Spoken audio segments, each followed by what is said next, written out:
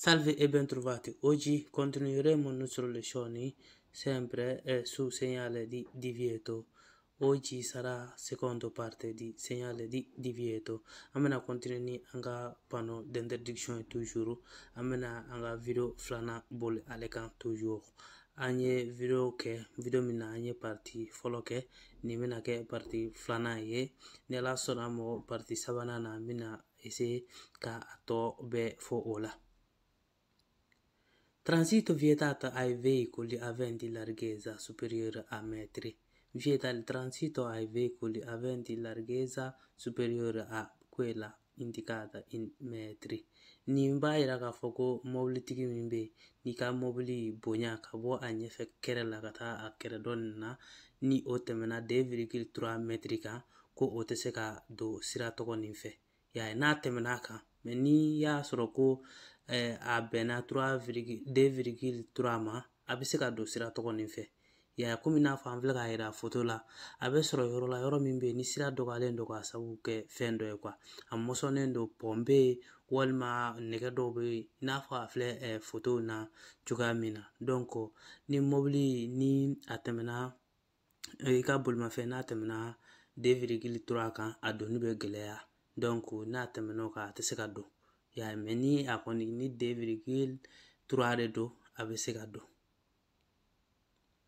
Transito vietato ai veicoli aventi altezza totale superiore a metri. Vieta il transito ai veicoli aventi altezza superiore a quella indicata in metri. Ni fɛnɛ a man jan ani fɔlɔ ye man jan ɲɔgɔn na ni b'a yira k'a fɔ i ka mobili janya ka bɔ a duguma ka taa sanfɛ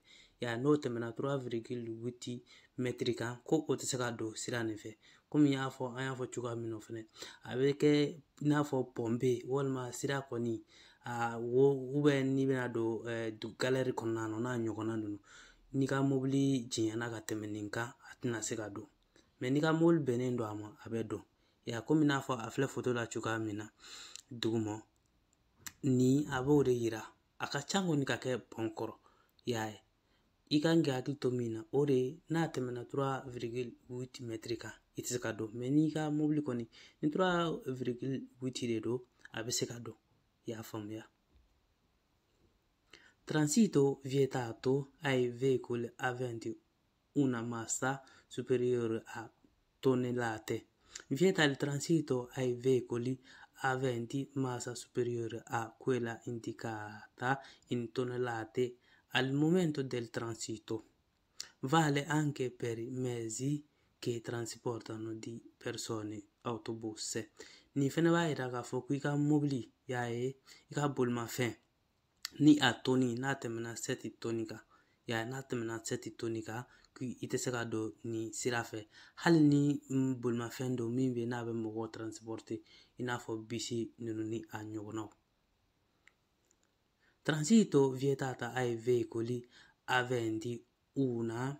massa per asse superiore a tonnellate. Vieta il transito ai veicoli aventi sull'asse più caricato una massa superiore a quella indicata al momento del transito. Ni fɛnɛ nin bɛ bolimafɛntigi bali bolimafɛntigi min b'a la ni a ka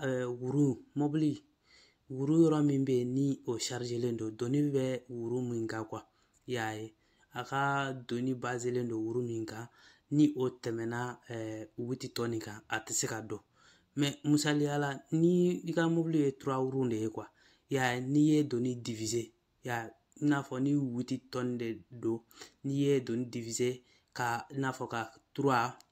ka 5 bila côté dɔ la i n'a fɔ a filɛ foto la duguma cogo min na ka 5 bila wurun dɔ kan ka la ka 5 bila wuru wɛrɛ kan 8 tɔni bɛ se ka don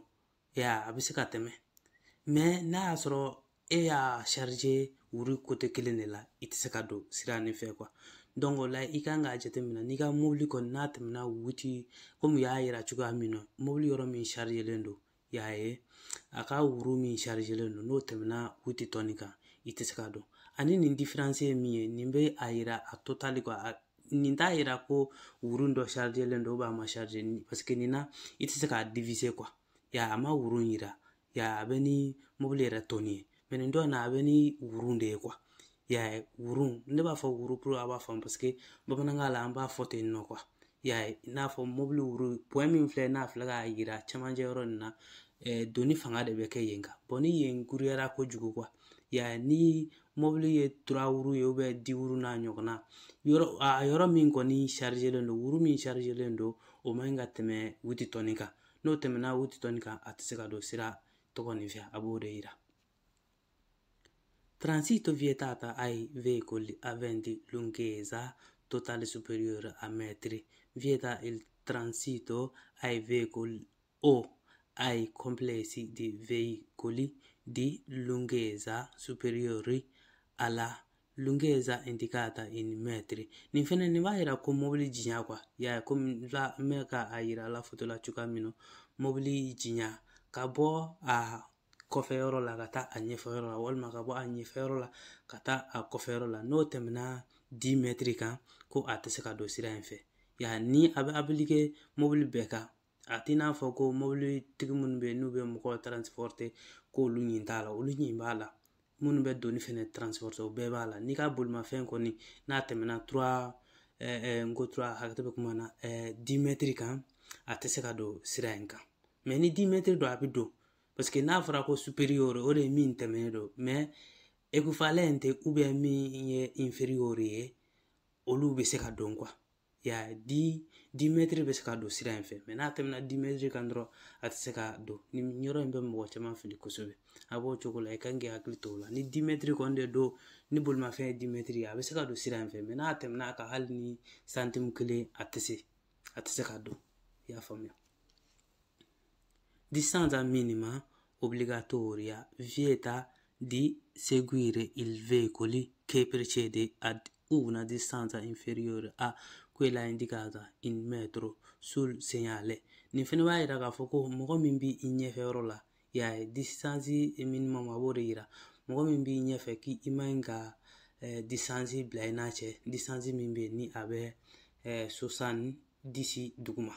ya i man ka distance bila ni mɔgɔ cɛ distance sécurité de parce que a bɛ sɔrɔ yɔrɔ la yɔrɔ min bɛ ni u danger ka bon dɔɔni peut-être jigin don ni sanji b'a yɔrɔ la a bɛ se ka kɛ a bɛ glisser o n'a ɲɔgɔnna donc i kan k'i cogo dɔn i kan ka distance bila i n'a cɛ min n'a a tɛ jigin 70 mètres duguma.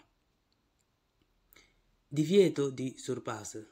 vale per tutti i veicoli. Vieta di sorpassare i veicoli a motore con 3 o più ruote. Ni fɛnɛ b'a yira k'a fɔ ko bolimafɛn minnu b'a la ni o classifielen don i n'a fɔ auto veicoli ko olu tɛ se ka ɲɔgɔn surpasser u tɛ se ka ɲɔgɔn dépasser komi an ka video tɛmɛnen na an kumana auto veicoli kan mais an bɛna a définition di tuguni auto veicoli o ye autovettura autobusi autocarro autotreno auto articolato autosinodato autocaravane olu bɛɛ ye auto veicoli ye y'a ye olu dama tɛ bolimafɛn fɛn o fɛn bɛ yen ni a jatelen kɔni don ko auto veicoli olu man ka ɲɔgɔn dépasser nin yɔrɔ in na mais u bɛ se ka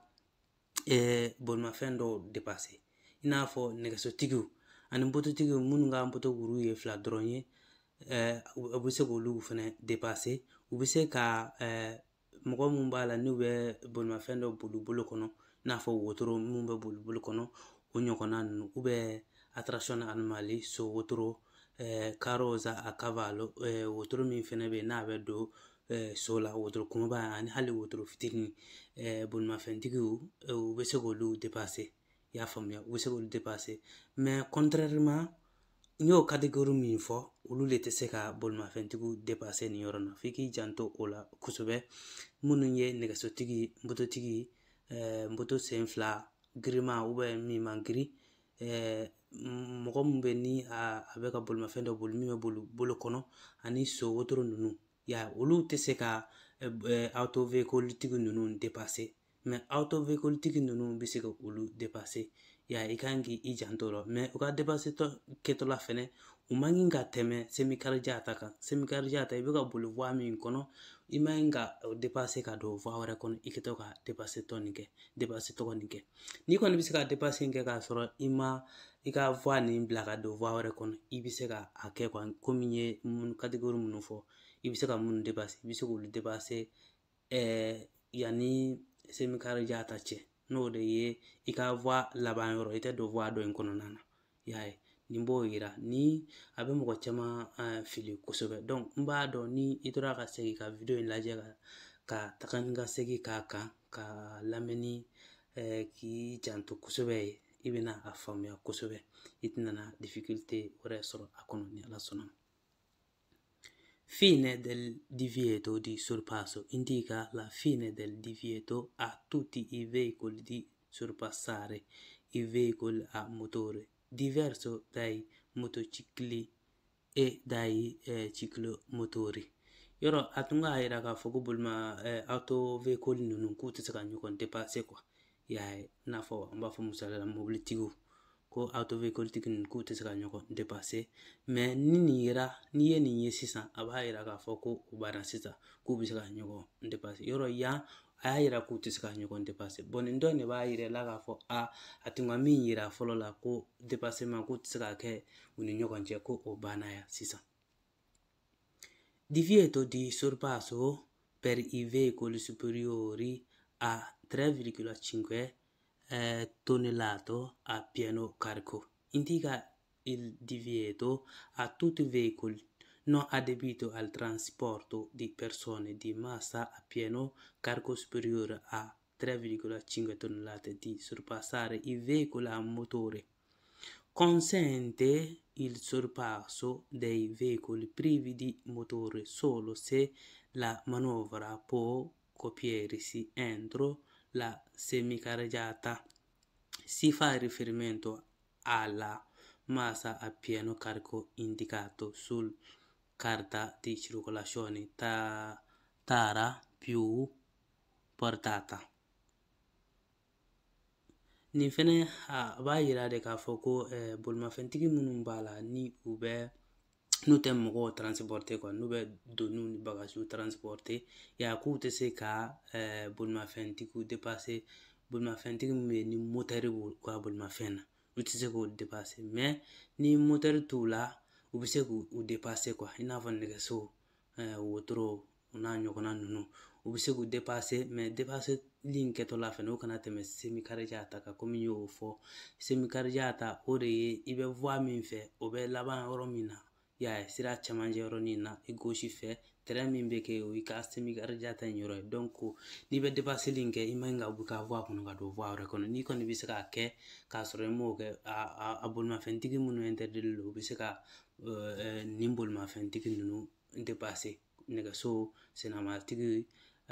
i n'a fɔ wotorotigi ninnu u bɛ se k'olu dépasser k'a sɔrɔ u ma tɛmɛ semi-carreggiata nin kan a b'o o de yira. Fine del divieto di sorpasso per i veicoli superiori a 3,5 tonnellate. Nin fɛnɛ b'a yira dɔrɔn k'a fɔ a tun ka ni min yira ko mobilitigi minnu bɛ yen bolimafɛntigi minnu bɛ yen quoi ni u tɛ mɔgɔw transporter k'olu man ka bolimafɛntigiw dépasser minnu bɛ yen ni motɛri b'u la donc yan yɔrɔ na a y'a yira sisan ko o de banna quoi ya donc u bɛ se k'a kɛ librement sisan. Limite massimo di velocità indica la velocità massimo in chilometri orari alla quale i veicoli possono procedere immediatamente dopo il segnale. Nin b'a yira k'a fɔ ko n'i tɛmɛna nin segnale na dɔrɔn i obligelen don ka boli 50 km/h duguma k'a daminɛ 50 km ka jigin y'a i tɛ se k'a dépasser quoi nin ye maximum ye donc i tɛ se k'a dépasser. Nin b'a yira k'a fɔ ko o banna sisan quoi y'a ye i bɛ se ka boli i n'a fɔ 70 ni sira kɔni règle b'a permettre hali 130 komi cas de autorité bɛ se ka boli 130 à 150 ni panneau bɛ yen nɔ donc n'i ye nin ye n'i bɛ autorité kan i bɛ se ka boli o la y'a ye sira kɔni a ka limite maximum ye mun ye n'i ye nin ye sisan komi tun y'a yira k'i tɛ se ka boli 50 sanfɛ a b'a yira k'i bɛ se ka boli 50 sanfɛ sira bɛ min autorisé i bɛ se ka boli o la quoi. Via libera indica il punto dove le prescrizioni precedentemente indicato cessa di essere valide. Ni fana b'a yira ni via libre nin kɔrɔ tɛ dɔwɛrɛ a b'a yira k'a fɔ ko a tun ka interdiction min bi i kan i kun interdiction len do fɛn dɔ la quoi y'a ye ni a tɛ fɛn kelen piripiri latigɛ mais a bɛ se ka kɛ hali nin ye yɔrɔ i tɛ se ka boli 50 sanfɛ bon n'i ye nin ye kɔfɛ o kɔrɔ ye k'i bɛ se ka boli sisan a sanfɛ y'a ye o n'a ɲɔgɔnna caman donc a tɛ kelen yira a kɔni b'a yira i tɛmɛna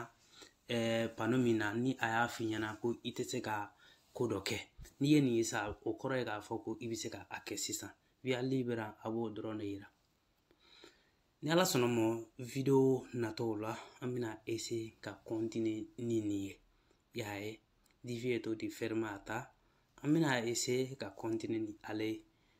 ni an continue na an bɛ fɛɛrɛ kɛ ka panneau d'interdiction ka bɛɛ kɛ o yɛrɛ la o video natɔ in na kɔni an b'a tɔ kɛ ni ala sɔnna ma o la an bɛ sɔrɔ ka quiz fɛnɛ kɛ a kan quoi pour que halisa mɔgɔw ka se ka mémoire an kɔni bɛ continuer toujours an b'a kɛ pour que ka nɔgɔya don mɔgɔw ka permis ko la quoi y'a ye mais an ka video tɛna da hali permis dama ma comme an y'a fɔ cogo min na an bɛna video caman kɛ donc n'i ye mɔgɔ kura ye an b'a ɲini fɛ i k'i abonné parce que video surprise ma camanba de b'an bolo video a ka ca yɛrɛ de ni temps yɛrɛ tɛ yen a ka d'an ye toujours ka video kɛ wa an bɛna préparer ni ala sɔnna ma an bɛna temps libéré fɛn o fɛn sɔrɔ an bɛna fanba kɛ video ye pour que toujours ka mɔgɔw la nisɔndiya aw k'an bɛn video natɔ wɔ salam